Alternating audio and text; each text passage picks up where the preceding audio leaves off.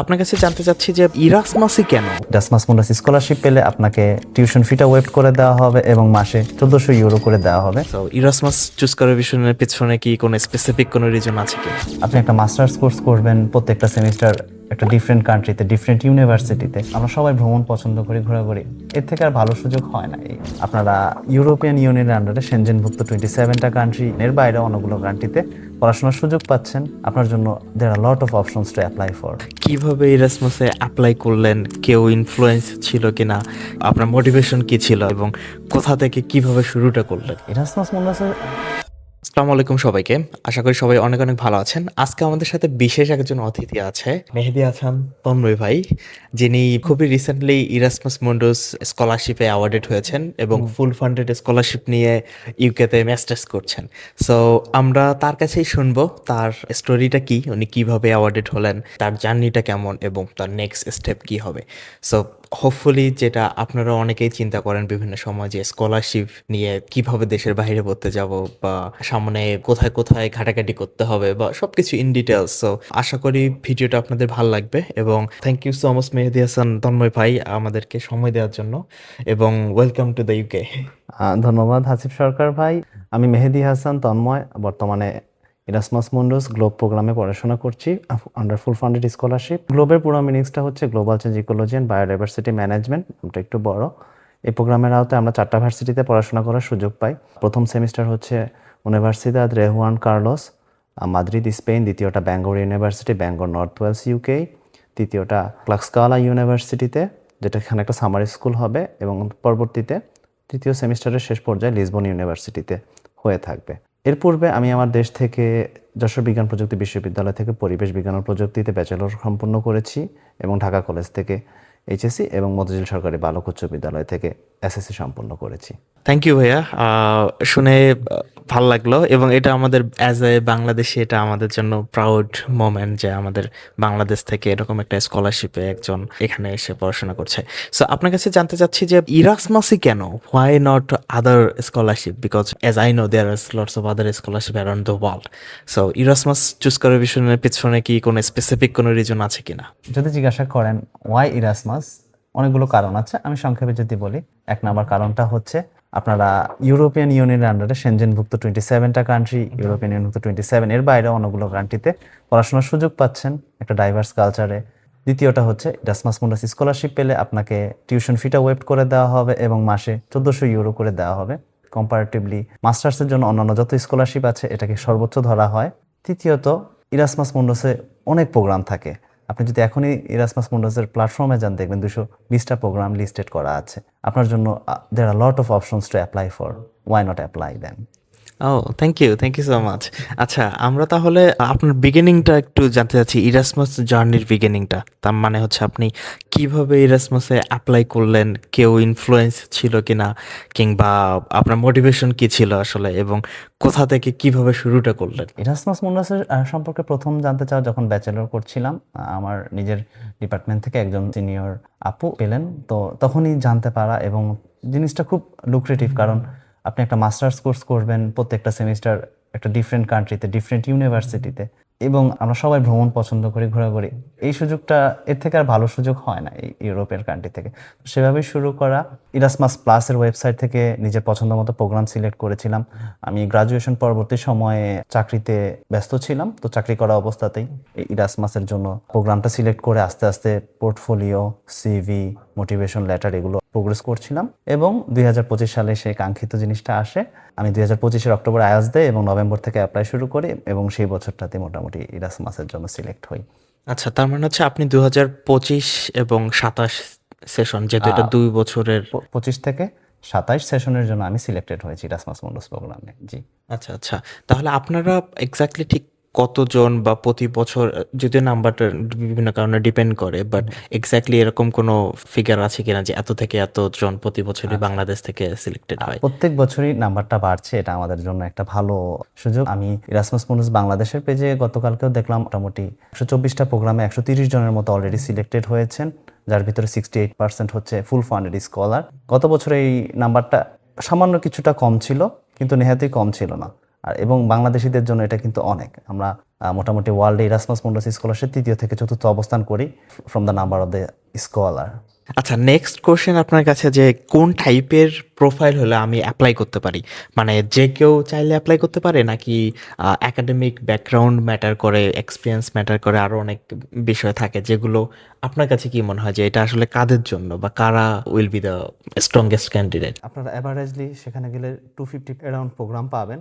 সব প্রোগ্রামের প্রত্যেক বছর ফান্ডিং নাও থাকতে পারে। আপনারা অবশ্যই আগে আগে প্রোগ্রাম আপনাদের যে প্রোগ্রাম এখানে অ্যাপ্লিকেশনের জন্য যে খুব হাই প্রোফাইল লাগে তা কিন্তু না। হয়তো সিলেকশনের জন্য আমরা একটা ধারণা করে থাকি যে আমাদের ব্যাকগ্রাউন্ড অনেক হাই হতে হবে, আমাদের অনেক ভলেন্টিয়ারিং এক্সপিরিয়েন্স থাকতে হবে। কিন্তু অনেকের কোশ্চেন থাকে যে ফ্রেশার্স হয়ে কি অ্যাপ্লাই করতে পারবো কিংবা জব এক্সপিরিয়েন্স থাকতে হবে কিনা। এগুলো কোনোটাই ম্যান্ডেটরি না। আপনাকে যেটা করতে হবে, দেয়ার আর 220 programs right now set in the Erasmus plus website. আপনার যে রিলিভেন্টে আপনার ব্যাকগ্রাউন্ড, আপনার ব্যাচেলরের সাথে আপনি যদি কোনো ফিল্ডে কাজ করে থাকেন, ভলেন্টিয়ারিং করে থাকেন, সেরকম কোনো রিলিভেন্ট প্রোগ্রাম পান, আপনাকে সেটা বের করে সেটাতে অ্যাপ্লাই করতে হবে। এবং আপনার যদি সেই একই ফিল্ড রিলেটেড কোনো কাজের অভিজ্ঞতা থাকে, সেটা অবশ্যই আপনার জন্য একটা প্লাস পয়েন্ট হবে সেই প্রোগ্রামের স্কলারশিপটা এনশিওর করার জন্য। আচ্ছা ভাই, আপনাকে আরেকটা প্রশ্ন করি যে অনেকে ডকুমেন্টেশনের ব্যাপারগুলো নিয়ে জানতে চায় যে কোন টাইপের ডকুমেন্টেশন হলে আমি অ্যাপ্লাই করতে পারবো বা অ্যাপ্লাই করার জন্য কোন কোন ডকুমেন্টেশন লাগবে।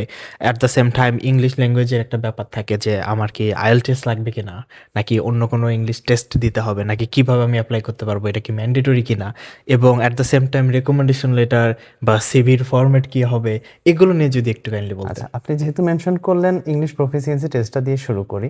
হ্যাঁ, ইংলিশ প্রফিসিয়েন্সি টেস্ট একটা আইএলটিএস বা সেটা যে কোনো ধরনের ইংলিশ প্রফিসিয়েন্সি ল্যাঙ্গুয়েজ স্কিল হতে পারে। সেটার যদি আপনার দেওয়া থাকে সেটা অবশ্যই প্লাস পয়েন্ট, কিন্তু এমন না যে আপনার অ্যাপ্লিকেশন পর্যায়ে সেটা আপনার থাকতে হবে। আপনার কোনো কারণে সেটা নাও থাকতে পারে, আপনার পরবর্তীতে প্ল্যান থাকে আপনি এটা অ্যাপ্লাই করবেন পরবর্তীতে। সেই ক্ষেত্রে আপনি যেটা করতে পারেন, প্রোগ্রাম কোঅর্ডিনেটর টিমকে মেইল করে একটা রিকোয়েস্ট করে দেখতে পারেন। কিন্তু এটা যে থাকতেই হবে ম্যান্ডেটরি, এটা থাকা প্লাস পয়েন্ট। অনেক ক্ষেত্রে যারা ফ্রেশার্স বা যারা চিন্তা করছেন খুব শীঘ্রই আইএলটিএস পরীক্ষা দিবেন, তারা যেটা করতে পারেন মিডিয়াম অফ ইনস্ট্রাকশন দিয়ে অ্যাপ্লাই করতে পারেন। এবং তারা যদি পরবর্তীতে সিলেকশন হন, সেক্ষেত্রে তাদেরকে একটা কন্ডিশনাল অফার লেটার দেওয়া হয় এবং তারা সেই সময়টায় আইএলটিএস পরীক্ষা দিয়ে কন্ডিশনাল অফারটা আনকন্ডিশনাল অফার লেটারে ট্রান্সফার করে নেন। এছাড়াও যেটা যেটা লাগবে, একটা পাসপোর্ট অবশ্যই, কারণ সেটা আপনার একটা আইডেন্টিটি ডকুমেন্ট, সেটা যে থাকতে হবে ম্যান্ডেটরি না। পরবর্তীতে আপনার পাসপোর্টের, তবে অ্যাপ্লিকেশন সময় অনেক প্রোগ্রামে পাসপোর্ট প্রয়োজন হয়। একটা সিভি প্রয়োজন হবে অবশ্যই, সেটা ইউরোপাস সিভিতে, যেটা যেহেতু আপনি ইউরোপে অ্যাপ্লাই করতেছেন এবং ইউরোপে এটা সর্বত্র অ্যাকসেপ্টেড। এরপরে যেটা লাগবে আপনার একটা মোটিভেশন লেটার, খুবই সুন্দর একটা মোটিভেশন লেটার লিখবেন, যেটা আপনার স্টোরিটা, আপনার ইন্টারেস্ট, আপনার রিলিভেন্সি টু দ্য প্রোগ্রাম 500 থেকে 1000 ওয়ার্ডের ভিতরে, যিনি সিলেকশন কমিটি তারা পড়ে যেন আপনার প্রতি ইমপ্রেসড হয়ে যায়। এবং আরেকটা ইম্পর্টেন্ট জিনিস হচ্ছে লেটার অফ রিকমেন্ডেশনস। এটা অবশ্যই একটা ভ্যালু অ্যাড করে আপনার অ্যাপ্লিকেশনে। অবশ্যই চেষ্টা করবেন আপনার যদি ফ্রেশার্স হন, দুজন একাডেমিক যারা আপনাকে চিনে, যারা আপনাকে সুপারভাইজ করেছে, যারা আপনার কোর্স নিয়েছে, এরকম দুজনকে ম্যানেজ করার জন্য। আপনি যদি ভলেন্টিয়ারিং অ্যাক্টিভিটিসও করে থাকেন, সেক্ষেত্রে ভলেন্টিয়ারিং কোঅর্ডিনেটর, সে এনজিওর কোনো ডিপার্টমেন্টাল হেডও আপনার রিকমেন্ডেশন লেটার দিতে পারে। অথবা আপনি যদি চাকরিজীবী হন, একজন প্রফেশনাল আপনার ম্যানেজারও হতে পারে। গোল্ডেন রুলস হচ্ছে অবশ্যই একজন একাডেমিক এবং একজন প্রফেশনাল থেকে রিকমেন্ডেশন লেটারটা নেওয়া ভালো। আচ্ছা ভাইয়া, টাইমিং এর ব্যাপারটা নিয়ে কিছু বলবেন কিনা? মানে ডেডলাইন তো ডেফিনেটলি মেনশন করাই থাকে যে কবে last date. At the same time হচ্ছে ঠিক কতদিন আগে থেকে একজন স্টুডেন্টকে প্রিপারেশন নিতে হয় বা নেওয়া উচিত বলে আপনার কাছে মনে হয়? আচ্ছা, সচরাচর ইরাসমাসের যে প্রোগ্রামগুলো থাকে সেগুলো ডেডলাইন শুরু হয় আপনার নভেম্বর ডিসেম্বর থেকে অলমোস্ট জানুয়ারি ফেব্রুয়ারি। অল্প কিছু সংখ্যক প্রোগ্রাম মার্চ পর্যন্ত যায়, কিন্তু সেটা খুবই সীমিত। তো আপনি যদি ইরাসমাসের জন্য অ্যাপ্লাই করার জন্য আপনি টার্গেট নিয়ে থাকেন, অবশ্যই আপনাকে শুরু করতে হবে এর থেকে বেশ কিছু সময় আগে, অর্থাৎ জুন জুলাই। আপনাকে প্রোগ্রাম খুঁজে বের করতে হবে যেটা আপনার কোন রিলিভেন্ট, আপনার সাথে, আপনার ক্যারিয়ারের সাথে ম্যাচ হচ্ছে, আপনার ব্যাচেলর প্রোগ্রামের সাথে ম্যাচ হচ্ছে, এরকম প্রোগ্রাম খুঁজে বের করতে হবে। ইরাসমাস প্লাস ওয়েবসাইটে গেলে এখন পর্যন্ত প্রোগ্রামটা আপনাদের সাথে যায়, সেই প্রোগ্রামটা খুঁজে বের করে রাখবেন। দেখবেন আপনি যে বছর অ্যাপ্লাই করতেছেন সেখানে সেই বছর ফান্ডিং অ্যাভেলেবল আছে কিনা। ফান্ডিং না থাকলে আপনার অ্যাভেলেবল করলে হয়তো সিলেকশন হলো, আপনি পরবর্তী পড়াশোনার জন্য আপনার ডিফিকাল্ট হয়ে যাবে উইদাউট ফান্ড। এবং সেখানে যে রিকোয়ার্ড ডকুমেন্টস থাকে সেগুলো প্রিপারেশন করা, সেই প্রোগ্রামটা অনুযায়ী মোটিভেশন লেটার লেখা শুরু করা, এগুলো যদি আপনি 3 থেকে 4 মাস সময় নিয়ে শুরু করেন জুন জুলাই থেকে, অবশ্যই আপনি প্রোগ্রামের জন্য একজন ভালো স্ট্রং ক্যান্ডিডেটে পরিণত হবেন এবং there will be highly chance you to be get the scholarship too. Thank you so much for your kind information. Thank you. At the same time আপনি যদি একটু আমাদেরকে আপনার জার্নিটার সম্পর্কে বলতেন। মানে আমরা তো স্টার্টিংটা অলরেডি জেনেই ফেলেছি কিভাবে শুরু হলো, এবং এখন আপনি আপনার সেকেন্ড সেমিস্টারে আছেন। সো হোয়াট নেক্সট, এবং তারপর আফটার কমপ্লিটিং দ্য ডিগ্রি আচ্ছা হোয়াটস আচ্ছা, your plan actually? Erasmus Mundus choice করার পিছনে আরেকটা মজার কারণ বা বলতে পারেন খুব একটা ভ্যালিড কারণ হচ্ছে যেটা অন্যান্য গভর্নমেন্ট স্কলারশিপের ক্ষেত্রে আপনার পড়াশোনা শেষে আপনাকে দেশে ফেরত যাওয়ার জন্য একটা রিকোয়ারমেন্ট থাকে। কিন্তু এই ক্ষেত্রে দেখা যাচ্ছে আপনি ইরাসমাসের পরে আপনি আপনার যে হোস্ট কান্ট্রি কিংবা আপনি সর্বশেষ সেমিস্টারটা যেখানে করবেন সেখান থেকে আপনি 1 থেকে 2 বছরের একটা এক্সটেন্ডেড জব সার্চিং ভিসা বা ভিসা পেতে পারেন। যেটা আপনাকে পরবর্তীতে আপনি যদি পিএইচডি করতে চান বা জব খুঁজতে চান সেটার জন্য আপনার খুবই বেনিফিশিয়াল হতে পারে। আমার ক্ষেত্রেও সেই আমার এখনো থিসিস সেমিস্টারটা কোথায় হবে ফিক্সড হয়নি। বাট যেখানে হবে আমি সেখানে হয়তো একটা এক্সটেন্ডেড ভিসা নিয়ে পরবর্তীতে যদি আমার একাডেমিক ক্যারিয়ার আরেকটু লেন্থ করতে চাই আমি অবশ্যই একটা পিএইচডি খুঁজবো। আর যদি কোনো রিলিভেন্ট ফিল্ডে জব পাওয়া যায় সেটার জন্য অবশ্যই ট্রাই করতে পারবো।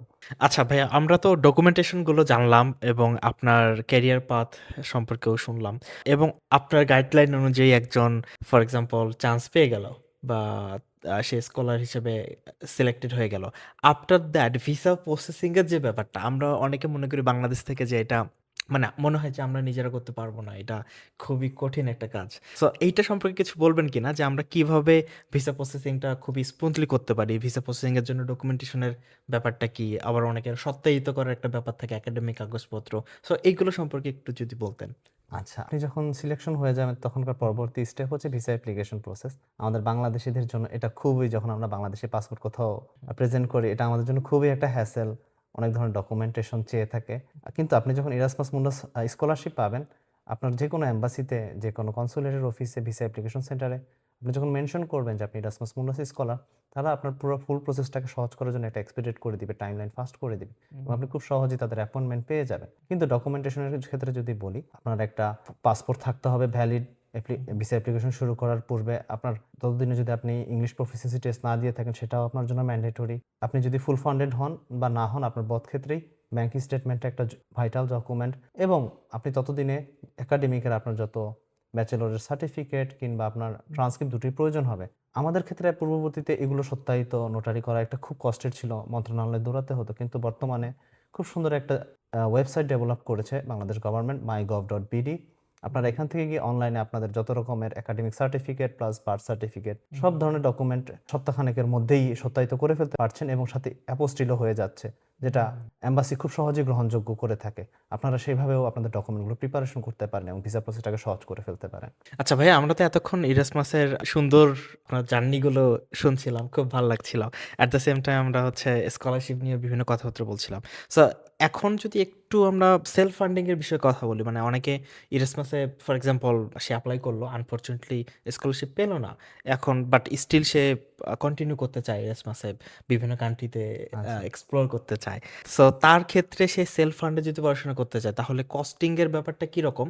অ্যাট দ্য সেম টাইম ওইটার জন্য কোন কান্ট্রিতে কিরকম লিভিং কস্টের একটা ব্যাপার থাকে, মানে ওভারঅল কিভাবে কিরকম একটা প্রিপারেশন নিতে হবে টোটালি কেউ যদি নিজস্ব সেলফ ফান্ডিং এ এরাসমাসে কন্টিনিউ করতে চায়? আচ্ছা, আচ্ছা। খুব সুন্দর একটা কোয়েশ্চেন করেছেন। যেটা বলতেই হয় আমরা যারা ইরাসমাস মুন্ডাস ফুল স্কলারশিপ পেয়ে থাকি, এটার বাইরেও ইরাসমাস মুন্ডাসের প্রোগ্রামে কনসোর্টিয়াম স্কলারশিপ বা পার্শিয়াল ফান্ডেড স্কলারশিপ দেওয়া হয়। যেখানে হয়তো আপনার ইউনিভার্সিটির ফিটা ওয়েভ করে দেওয়া হবে অথবা অনেক সময় সেলফ ফান্ডেড যারা কোনো ধরনের হয়তোবা ফিনান্সিয়াল সাপোর্ট পাচ্ছে না প্রোগ্রাম থেকে কিন্তু তারা চাইলে সেলফ ফান্ডেড প্রোগ্রামটা কন্টিনিউ করতে পারবে। বোথ কেসেসে আপনার যেটা হবে যে আপনি যখন ইরাসমাস মুন্ডাস সিলেক্ট করবেন আপনাকে ভিসা প্রসেসিং থেকে শুরু করে সেলফ ফান্ডেড একটু ডিফিকাল্ট হয়ে যায়। কিন্তু ইরাসমাস প্রোগ্রামগুলো যেহেতু আপনি মাল্টি কান্ট্রিতে করতে পারছেন, একটা সুযোগ সুবিধা আছে। সেক্ষেত্রে আপনার ফাইন্যান্সিয়াল ব্যাকআপটা থাকা একটু জরুরি। কেননা আপনি যখন ইরাসমাস মুন্ডাসে আসবেন, মোবিলিটির কারণে আপনি যখন দেখা যাবে যে আপনাকে ৪ থেকে ৫ মাস বা একটা সেমিস্টার পরবর্তীতে সময় অন্য একটা কান্ট্রিতে মুভ করতে হচ্ছে। সেক্ষেত্রে অনেক সময় হয়তো একটা স্টেবল জব ম্যানেজ করাটা ডিফিকাল্ট হয়ে যেতে পারে। আপনি হয়তো যদি ইন্টেনশন থাকে যে এসে জব করে টিউশন ফি দিবেন সেটা ডিফিকাল্ট এবং টিউশন ফিটার যেহেতু কথা যদি বলতে আসি, টিউশন ফিটাও কম না। একজন ইউরোপিয়ান নাগরিক, ইউরোপিয়ান ইউনিয়নভুক্ত দেশের নাগরিকের জন্য সেটা বছরে 4,500 ইউরো। আর আমরা যারা নন ইউরোপিয়ান ইউনিয়ন থেকে আসছি তাদের ক্ষেত্রে 9,000 ইউরো। সংখ্যাটা একটু বড় এবং সেটা একটু আপনাদের জন্য একটু চ্যালেঞ্জিং হয়ে যাবে। ইম্পসিবল না, যদি আপনারা পার্শিয়াল ফান্ডে বা সেলফ ফান্ডে পড়তে আসেন অবশ্যই সম্ভব। ইটস এ বিট ডিফিকাল্ট, যদি আপনারা চেষ্টা করেন অবশ্যই সেটা কন্টিনিউ করতে পারবেন। সেই একই সাথে আপনাদের একটা লিভিং কস্টেরও বিষয় থাকে। ইউরোপিয়ান ইউনিয়নভুক্ত 27টা অলমোস্ট 27টা কান্ট্রি, প্রত্যেকটা দেশেরই একটা আলাদা লিভিং স্ট্যান্ডার্ড আছে এবং কস্টও আলাদা। আপনাদের যদি একটু হালকা ধারণা দিয়ে থাকি লিভিং কস্ট নিয়ে, ওয়েস্টার্ন ইউরোপিয়ান কান্ট্রি যেগুলো ফ্রান্স, জার্মানি, নেদারল্যান্ডস, এগুলোতে আপনারা হয়তো 400 থেকে 600 ইউরোর ভিতরে একটা হাউজিং বা অ্যাকোমোডেশন ম্যানেজ করে ফেলবেন। সেখানে হয়তো থাকা খাওয়ার কস্টটা একটু বেশি এক্সপেন্ডিচার, তবে সেটা আমি আশা করি আপনারা যদি অ্যারাউন্ড 250 ইউরোর আশেপাশে কাভার করে ফেলতে পারবেন। এর পরবর্তী যদি দেখি আমরা সাউথার্ন ইউরোপের কান্ট্রিগুলো স্পেন, ইটালি, পর্তুগাল, এখানে একটু খরচটা কম্পারেটিভলি কম। আপনার অ্যাকোমোডেশনটা আরেকটু কমে পেয়ে যাবেন এবং সেখানে আপনাদের থাকা খাওয়ার খরচটা আরেকটু কমে আসবে। একই ক্ষেত্রে সেন্ট্রাল ইউরোপিয়ান কান্ট্রি যেগুলো আছে পর্তুগাল, হাঙ্গেরি, পোল্যান্ড, চেক রিপাবলিক, এগুলোতে খরচ আরও একদমই কম। কিন্তু নর্ডিক কান্ট্রি যেগুলো নরওয়ে, সুইডেন, ফিনল্যান্ড, এগুলোতে খরচটা একটু বেশি। এখানে আপনার দেখা গেল একটা হাউজিং, আপনার অ্যাকোমোডেশন বাসা পেতেই হতো 700-800 ইউরো চলে যেতে পারে এবং সেখানে থাকা খাওয়ার খরচও বেড়ে 300 থেকে 400 ইউরো পর্যন্ত চলে যেতে পারে। আচ্ছা ভাই, আমরা একদম শেষের দিকে চলে এসেছি। তো শেষ পর্যায়ে আপনি যারা অ্যাপ্লাই করতে চাচ্ছে অথবা প্রিপারেশন নিচ্ছে বা চিন্তা করছে অথবা আপনার ইন্টারভিউ দেখার পর হয়তো বা চিন্তা ভাবনা করবে যে হ্যাঁ, it's a very good opportunities to do that. So তাদের জন্য আপনি কিছু পরামর্শ বা সাজেশন অথবা টিপস অ্যান্ড ট্রিক্স কিছু দিবেন কিনা একদম শেষের দিকে? আচ্ছা, যদি ট্রিপস অ্যান্ড ট্রিক্স জিজ্ঞাসা করেন, প্রো টিপস হচ্ছে আপনারা যখনই আপনাদের স্নাতক সম্মান বা ব্যাচেলর কমপ্লিট করছেন, তখনই আপনারা চেষ্টা করবেন টুকিটাকি ছোটোখাটো ভলেন্টিয়ারিং বা আপনাদের যেটা ভালো লাগে এক্সট্রা কারিকুলার অ্যাক্টিভিটিসে যুক্ত হয়ে একটু এক্সপিরিয়েন্স গেইন করা। আপনাদের সেটার যে ফলপ্রসূ হতে হবে তা না, but involvement is the thing কি। দ্বিতীয় প্রো টিপস যদি বলেন, সেটা হবে আপনারা অবশ্যই অনেক আগে থেকে শুরু করবেন। আমাদের বাঙালিদের ক্ষেত্রে যেটা হয়, আমরা ডেডলাইনের পূর্বে শুরু করি, পরবর্তীতে দেখা যাচ্ছে আমরা পরিপূর্ণভাবে আমাদের অ্যাপ্লিকেশনটা সুন্দরভাবে সাবমিট করতে পারি না। তৃতীয় যে বিষয়টা হচ্ছে, অবশ্যই সুন্দরভাবে একটা মোটিভেশন লেটার, আপনার যে গল্প, আপনার সাথে প্রোগ্রামের যে ম্যাচ, সেটা গল্প আকারে সুন্দর করে দিবেন, কেন আপনি স্কলারশিপটার জন্য ওর্থ ইট সেটা প্রমাণ করবেন। এবং অবশ্যই আপনার জন্য যিনি রেফারি হবেন, যিনি আপনাকে রিকমেন্ডেশন লেটার দিবেন, তাকে আগে থেকেই পূর্বে থেকে ইনভলভ করবেন, তাকে জানিয়ে রাখবেন যেন তিনি সময় মতো আপনার জন্য একটা সুন্দর লেটার অফ রিকমেন্ডেশন সাবমিট করতে পারেন। এবং আমি আশা করি পূর্ণাঙ্গভাবেই আপনারা যদি সবকিছু করতে পারেন, you could be a good Erasmus Mundus scholar for the next cohort. এছাড়া আপনাদের যদি কোয়েরিজ থাকে, you can drop it in the comment. Thank you. Thank you so much ভাই, আপনার মূল্যবান সময় দেওয়ার জন্য আমাদেরকে। হ্যাঁ, অ্যাগেন আপনাদের কারো কোনো প্রশ্ন থাকলে ডেফিনেটলি কমেন্টে জানাতে পারেন, and will try to answer it.